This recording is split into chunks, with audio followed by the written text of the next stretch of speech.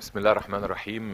Let me start, of course, by welcoming all of you and this very distinctive group of young leaders from all over the world. And I would like definitely to acknowledge your diverse executive specializations, which I think give a very rich variety of common understanding, and I think this kind of platforms helps in getting to know each other, knowing and learning a lot of leadership skills. And I think it's a platform through which you start to build, I think, a very good network of friendships and relationship with other leaders, potential leaders in other countries, which I think would help you in the near future to have this kind of international arena and networking that I think will help even achieving more peace in the world, which is now full of a lot of challenges and common differences. So really, I'm very glad to have the chance and the honor to receive you here in the cabinet office in the new administrative capital of Egypt.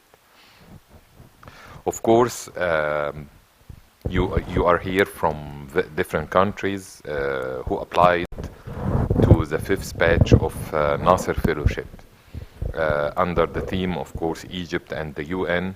80 years representing the Global South issues.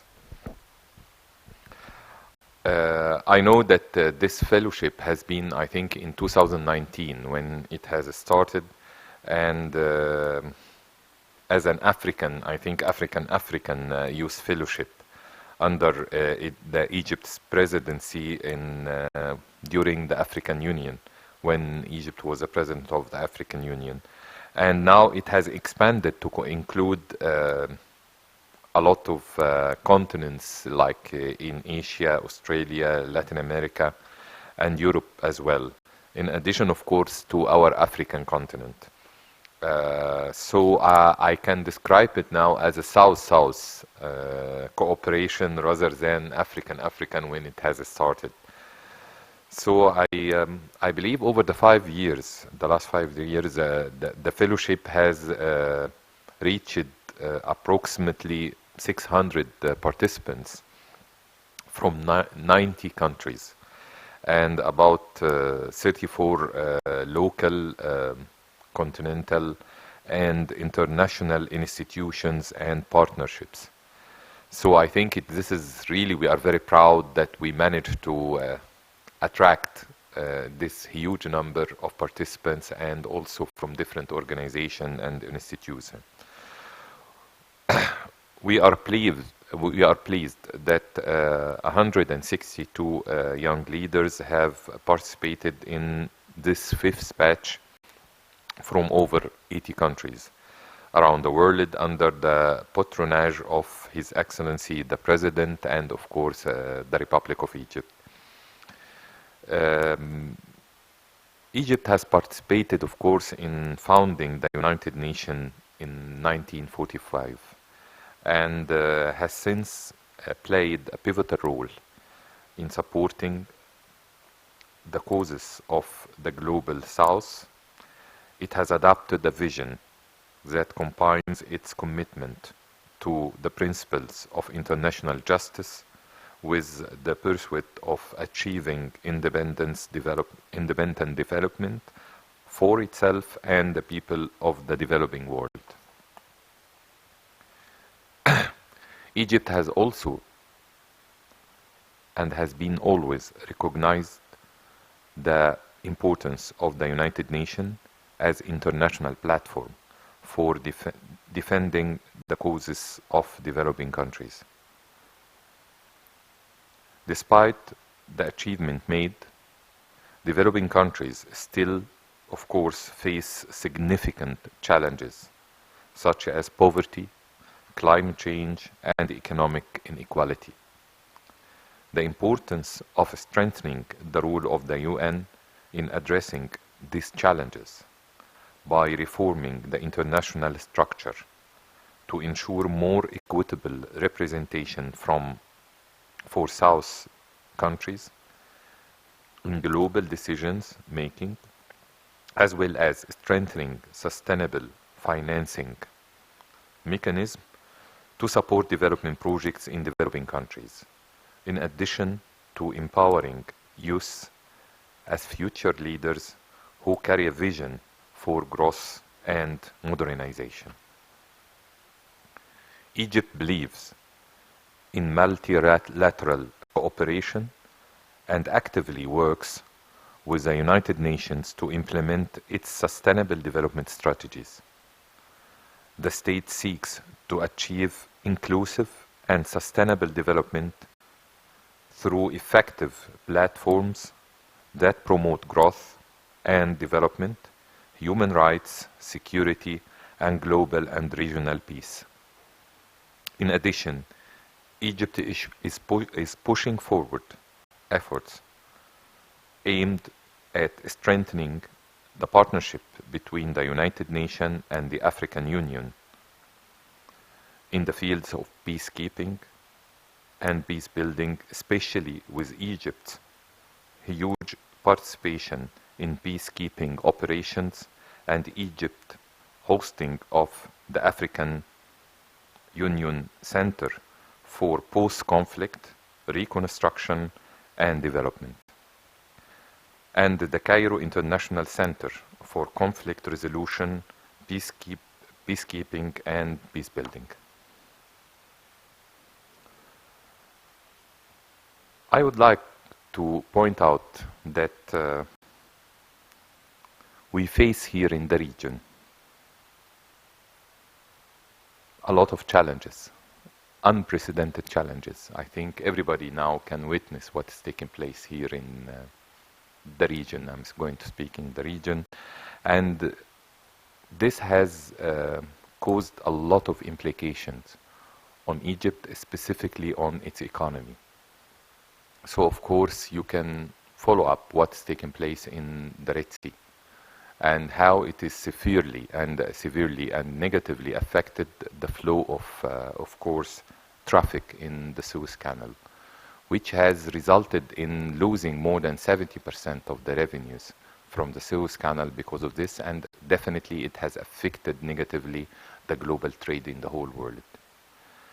In addition to this, we can see what is happening in Gaza, in Sudan, in Libya, and the other countries where there is big difficulties in maintaining its stability and trying to play as Egypt a very important role as a mediator to really achieve a peace and ceasefire in these countries, which have been always our neighbor, and they, as these countries, have been always have a direct impact on the stability of our country.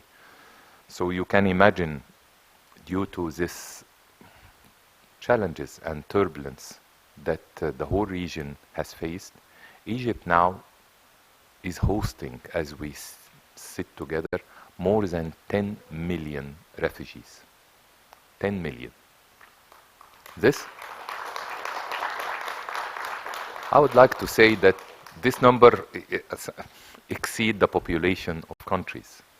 So you could believe that how Egypt generously managed to host them and provide them with the basic services and human needs. And we will be always doing this. This is embedded in the principle of this country and embedded in the culture of our people.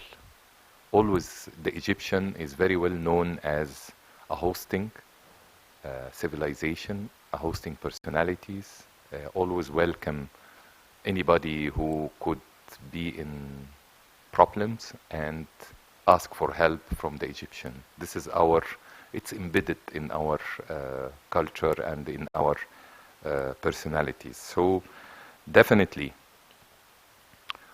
despite all of this, Egypt has been working very hard in improving its economic situation. We as a government has adopted a very aggressive and bold measure for structural reform for our economy, to improve the investment climate here, to encourage more and more private sector participation, whether from foreign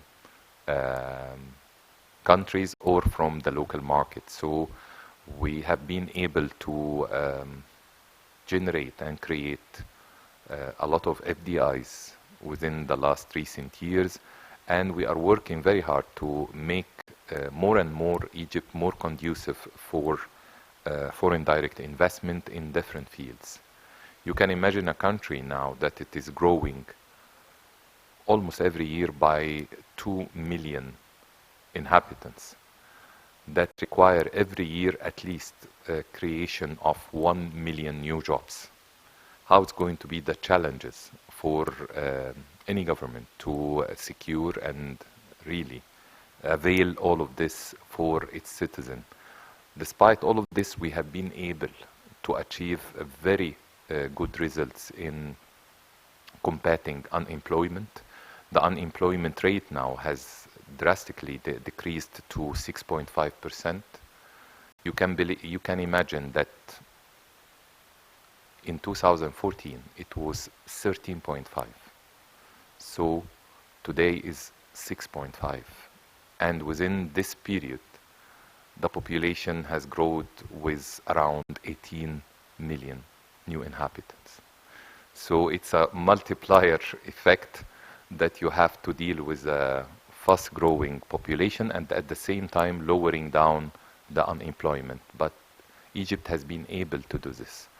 And under the leadership of His Excellency President Abdel Fattah al-Sisi, we have put a very clear vision for Egypt, which is Egypt 2030, through which we have been able to substantially improve our infrastructure, our housing sector, our logistic centers, social and economic services.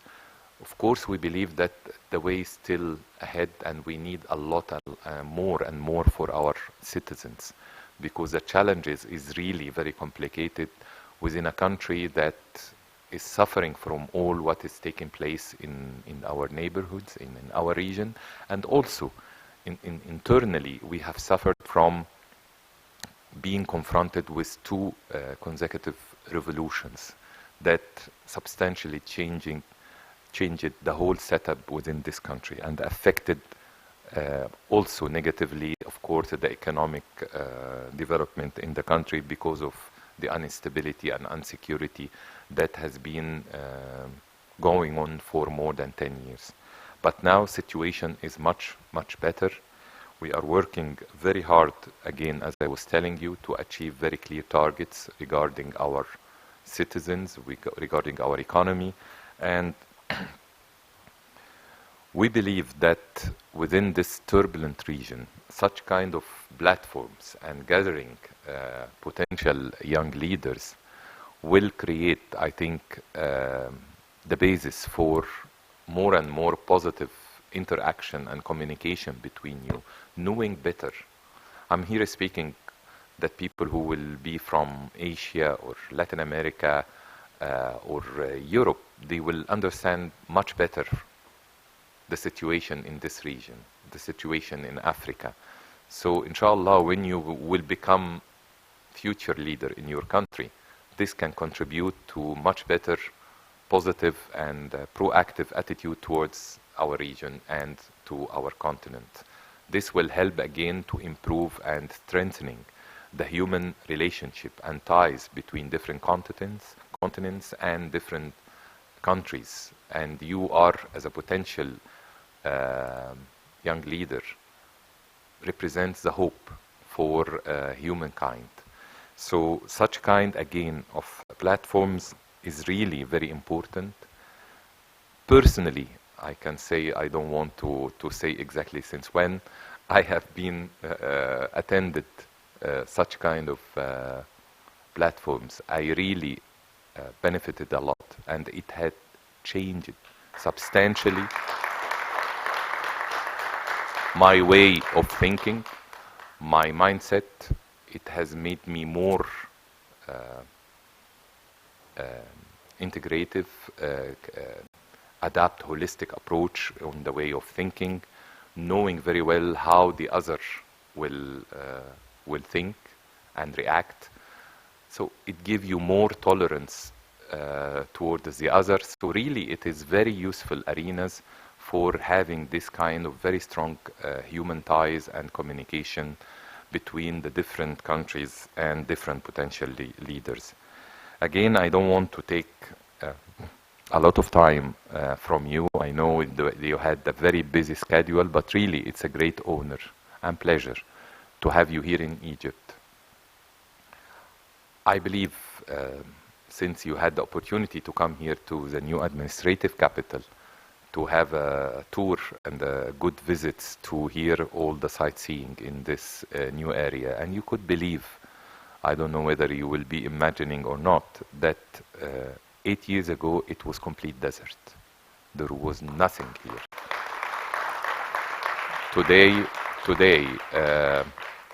Today, I think what you have seen here is a very clear evidence on how the Egyptians have been always and will continue to be great builders. This is our... Since the pyramids up to the new administrative capital, always the Egyptians have been concerned with development, construction, never thought about destruction or wars or fight. This is our embedded again in our personality as Egyptians. We always like peace, we always look for development, for construction, and we hate wars and struggles, whether with our neighbors or within our continent and even within the world.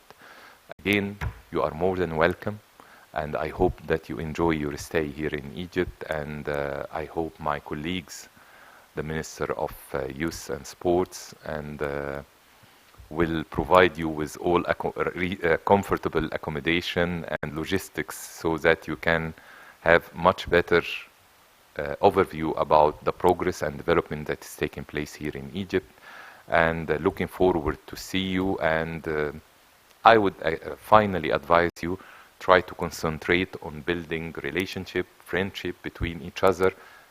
Really, it will help you in the future. Thank you very much.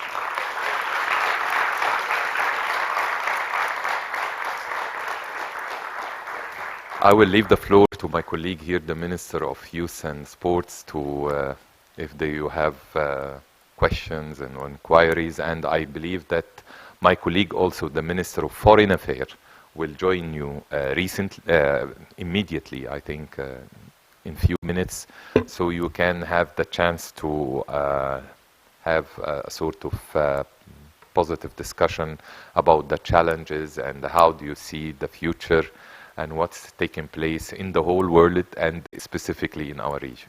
Again, thank you very much, and see you.